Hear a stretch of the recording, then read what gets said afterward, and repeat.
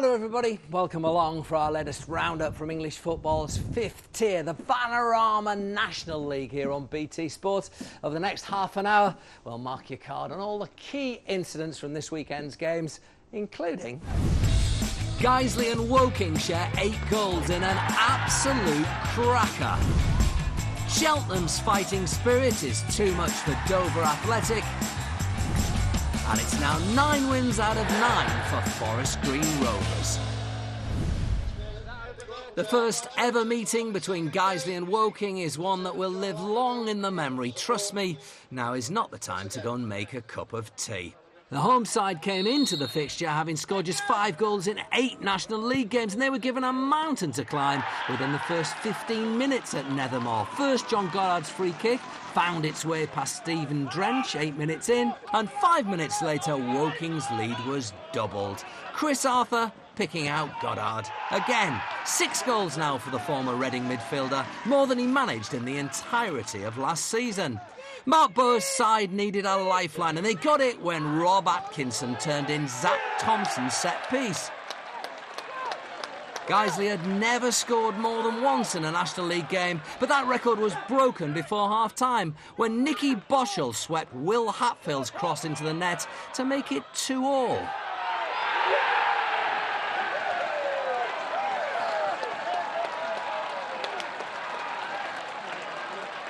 But that wasn't the end of the first half goal glut. Woking captain Brian Sarr forcing the ball home to give the visitors a 3-2 half-time lead. The drama was unrelenting in the second half. Tom Craddock's last goal came 2 years ago for Portsmouth. He calmly steered the ball into the corner to bring Guiseley level again. Then it was Woking's turn to regain the lead on 75 minutes. Dan Holman beating the offside trap and taking all the time in the world to slot past Drench for the 4th time. But the hosts were not to be denied. Jake Lawler chose the 6th minute of added-on time to score his first goal of the season. A scintillating 4-4 draw at Nethermore, and time for me to have a lie down in a darkened room. You know, at the end of the day, whether we played 8 minutes of injury time or 18, we didn't defend properly. I've got no excuses or complaints in respect of the final scoreline. You know, at the end of the day, we haven't defended properly, so you've got to be honest in the game. And at the end of the day, if you don't defend properly, you're going to get punished. We have. To get a point is, you know, not bad for us, but on the whole, I was disappointed with the performance. We are a lot better than what we showed today, but I can't argue with the lads' character. You know, they kept going and nicked a point for us, which, you know, keeps a little unbeaten run going for us. Gary Johnson's Cheltenham are among the favourites for promotion back to the Football League this season, but suffered their first defeat of the campaign at Altrincham last weekend. They faced a Dover Athletic side unbeaten in their last 7 matches, and they had the chance to continue their fine form after just 4 minutes. Referee Mark Pottage felt Cheltenham defender Rob Dickey had obstructed Stephen Payne's route to the ball. Penalty to Dover. Nicky Davidix confidently stroked home from 12 yards to give Chris Kinnear's team the lead.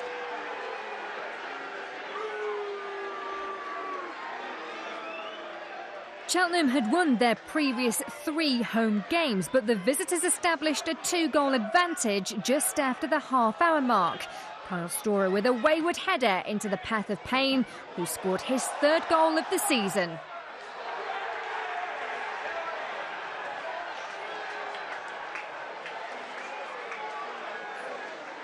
Staring at the prospect of back-to-back defeats, the home side rallied. Billy Waters hadn't scored since his summer move from Crewe Alexandra. He put that right before half-time at Whaddon Road.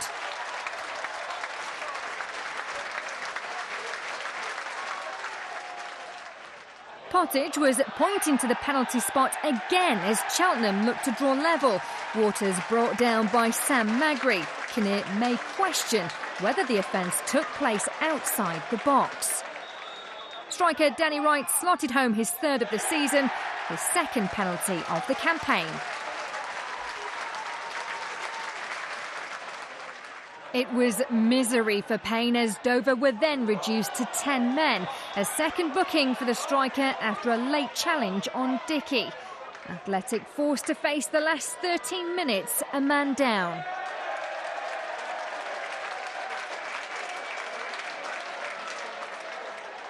And the comeback was complete on 84 minutes. Dickey making amends for that early penalty conceded with this marauding run downfield. And Waters capping an eventful day by lashing his second of the game past Mitch Walker. It's 4 home wins in a row now for Cheltenham. Going into Saturday, there were 2 teams with perfect records in English football this season, Manchester City and Forest Green Rovers. The National League leaders were looking to make another entry in the history books and extend their winning run to 9 out of 9 as they entertained Southport. And they made a perfect start. Sam Wedgbury's pass picking out Aaron O'Connor, who was never likely to miss. It's his 6th goal of the season. Eddie Pennock's side pressed on for a second, and it came after just 21 minutes. Keanu Marsh-Brown firing home in emphatic style. Nothing too stylish about the celebration, though.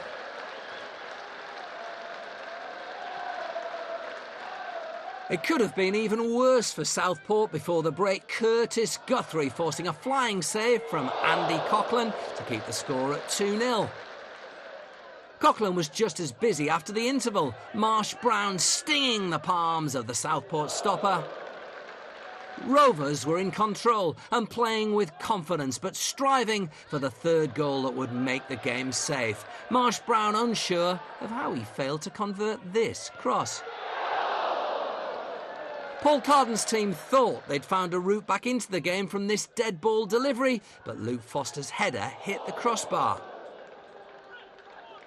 But the visitors did break through from another set piece. Foster's header was saved and Andy Wright scoring Southport's first away goal of the season. Wedgbury came close to calming the nerves at the new lawn, but his effort came back off the bar. And the hosts were indebted to goalkeeper Johnny Maxted, preserving their 100% record with this late save from Mike Phoenix. Keep going like this, and Forest Green will have the title wrapped up by Christmas. That's a fantastic start to the season, obviously one that we probably dreamed of, and credit to the boys. I think they've done really well. Obviously we want to try and keep it going for as long as we can. Southport, the second half they had a right good go at us and had to defend well. We know we can play better than we did, but not happy with the 3 points. Eastleigh suffered their first defeat of an impressive season so far last Saturday, losing 1-0 at Barrow. So they were looking to bounce back against Gateshead at the Silver Lake Stadium. But Malcolm Crosby's side began the stronger. A spectacular effort from Simon Ramsden had the home fans worried. Gateshead were rewarded after 20 minutes. Striker Danny Johnson chasing a lost cause. Defender Jamie Turley's header fell short, and Johnson bravely guided the ball past goalkeeper Michael Polk.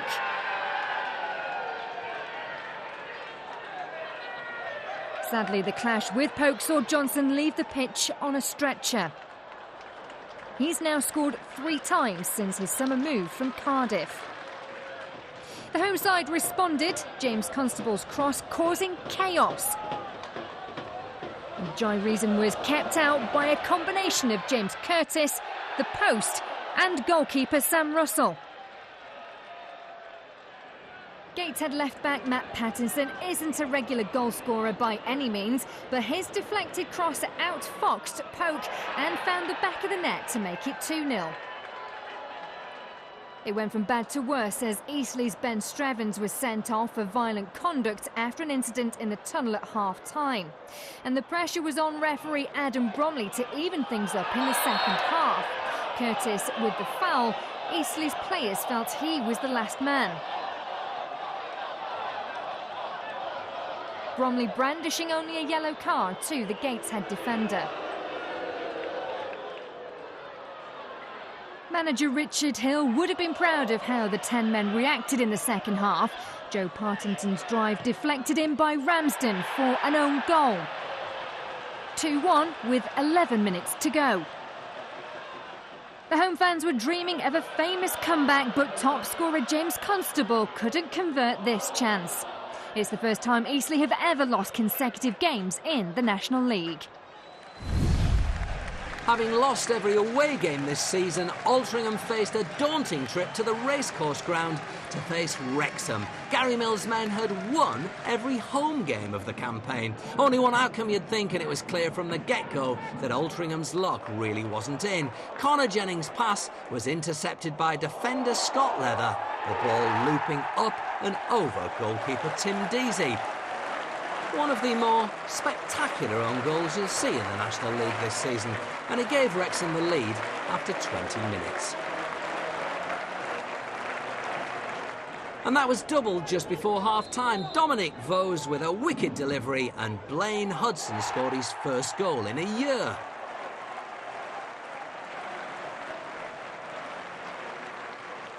Wrexham are actually unbeaten at home since January, but Lee Sinnott's side showed great character to get back into the game. A perfectly timed pass from the manager's son Jordan into the path of Michael Rankin for his second goal in an Altrincham shirt. But no sooner were the visitors in the game than they were out of it. Just 8 minutes later, Wes York's cross eventually found top scorer James Gray, who dispatched his 5th goal of the season. Wrexham move up to second in the table as they lead the pack chasing Forest Green. Grimsby Town narrowly missed out on promotion last season, and Aldershot Town narrowly avoided relegation, but just a point separated the two sides at kick-off. And it was the unfancied visitors that broke the deadlock at Blundell Park. Luke Oliver's header finding Charlie Walker, who volleyed in his 4th goal of the season, all of them coming in the last 4 games. But Barry Smith's side were forced into a change 10 minutes before half-time. Goalkeeper Phil Smith unable to continue. Dan Thomas introduced into the fray.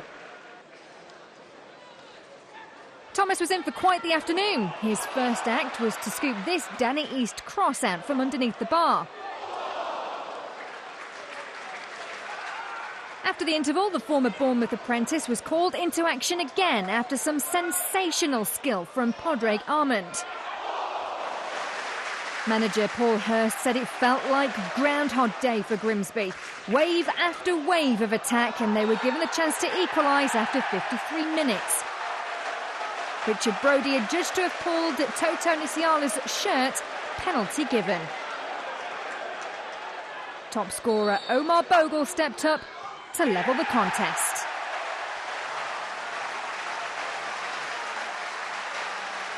And just 7 minutes later, the game had been turned on its head. Armand with a smart finish to put Grimsby in front, his 5th goal in a Mariners shirt.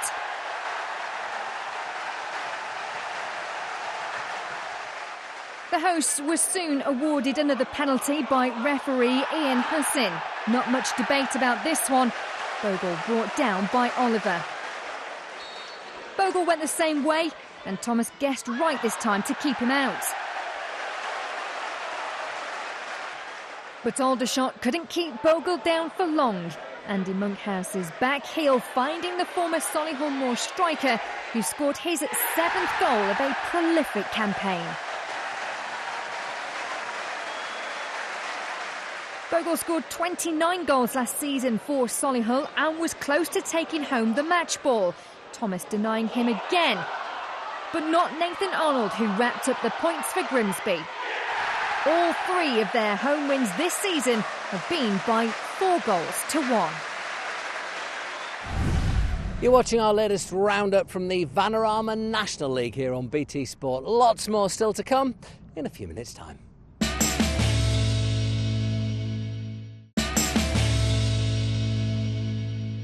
Welcome back to BT Sport's latest roundup from the Vanarama National League, English football's 5th tier. Let's get straight back to the action.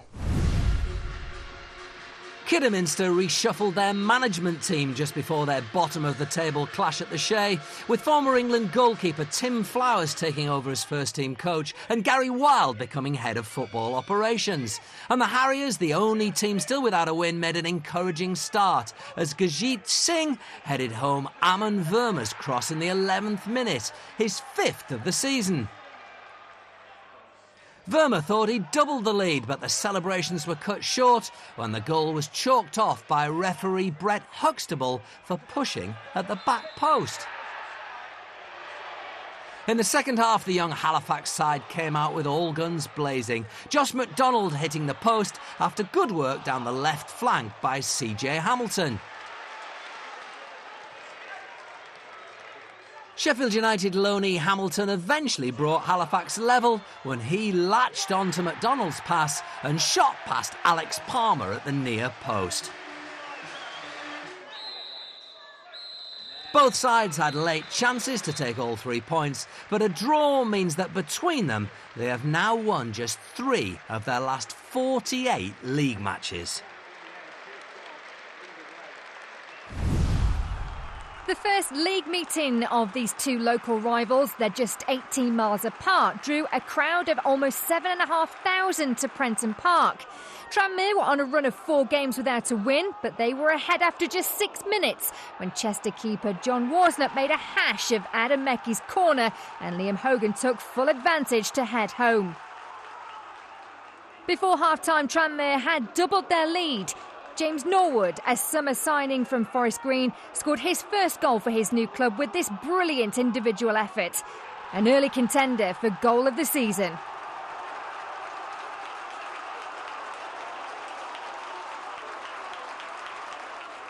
Chester had a chance to get back into it 15 minutes from time when John Rooney's outswinger struck Hogan on the hand. Referee Simon Bennett in no doubt that it was a penalty. Rooney's brother Wayne struck his 50th England goal from the spot at Wembley this week, but John wasn't so deadly from 12 yards. Scott Davis pulling off a fine save. Norwood had a great chance to add to his first half special when he was put clear by Andy Mangan, but this time he couldn't find a finish to match the run.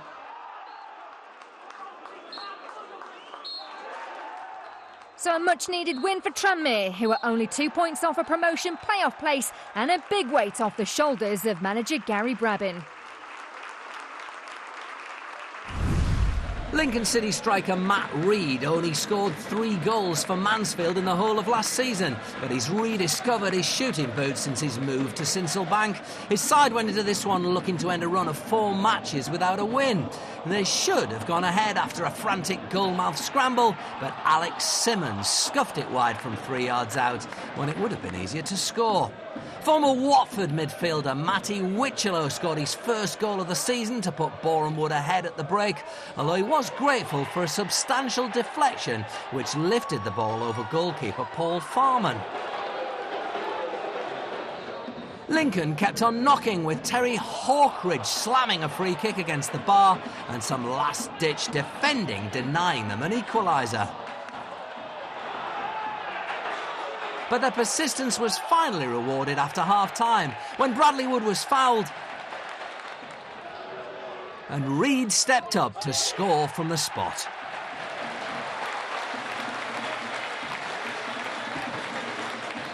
The big striker put Lincoln ahead on 88 minutes from a cross by Hawkridge, making it 8 for the season so far. Simmons added a third in injury time with a classy finish at the far post, leaving Boreham Wood keeper Preston Edwards stranded. So Lincoln move up to 10th in the National League with that win, but Boreham Wood are struggling just outside the relegation zone. Reid out on his own as the league's leading scorer. We were unlucky first half. We could have won by a few more goals, but disappointingly we hit the bar and chances, which the last few weeks have been the case, but we bounced back in the second half. I think we deserved the win.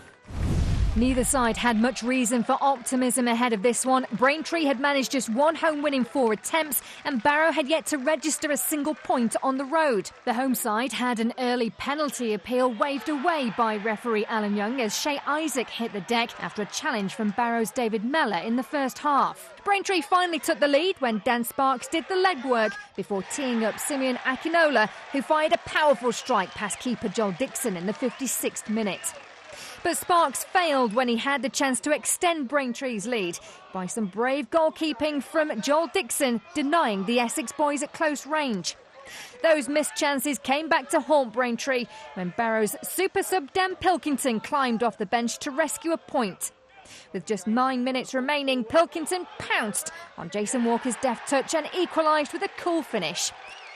710 were in attendance and the match stats don't lie. 8 fouls each, 5 corners each and 50% possession each. Definitely honours even. Welling avoided relegation on goal difference last season and they're in the bottom 4 again without a win since the opening day. But things were looking up after 9 minutes when Xavier Vidal tapped home after Torquay keeper Fabian Spice had done well to save George Porter's shot. Their lead didn't last long though. Dan Butler's free kick fooled the Welling defence and beat goalkeeper Michael McInteggart at the far post, much to the surprise of Butler himself. Torquay were reduced to 10 men when Spice was sent off for handling outside his area by referee Stephen Ross, which looked harsh as his momentum carried both him and the ball outside the area. Substitute keeper Dan Leverkusen replaced Malachi Lavelle-Moore and was fortunate not to concede as he was lobbed by Porter and the ball came back off the bar. Torquay are down in 18th place now without a win in 6. Macclesfield finished just a point outside the promotion playoffs last season and were looking to continue their climb up the table after back-to-back wins over Grimsby and Woking. But they came up against an inspired opponent in the shape of Bromley goalkeeper Alan Julian, who made good saves from Tony Dienya and Christian Dennis. Bromley's Alex Wall had the opportunity to open the scoring after great work by Bradley Goldberg, but skied his shot over the bar. The breakthrough came on the 76th minute as Jack Holland's cross was headed on by Moses Emmanuel to substitute Ben May, who was there to volley home his first goal of the season. In the dying minutes of injury time, Christian Dennis could have levelled for Macclesfield, but shot wide from close range.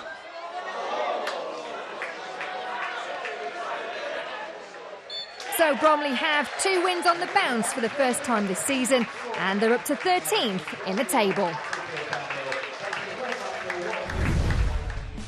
So, did you manage to keep count? There were 41 goals in all on a brilliant day of National League football. Forest Green Rovers' record-breaking run goes on, and their lead at the top of the table gets bigger and bigger. They're now 8 points clear of the rest. Wrexham are up into second off the back of their 100% home record, while Gateshead's excellent away form has lifted them into third. A point apiece for Halifax and Kidderminster in the big bottom of the table game didn't do much for either side. Halifax edged above Southport on goal difference, but Kidderminster, after a week of backroom upheaval, are still in last place without a win all season.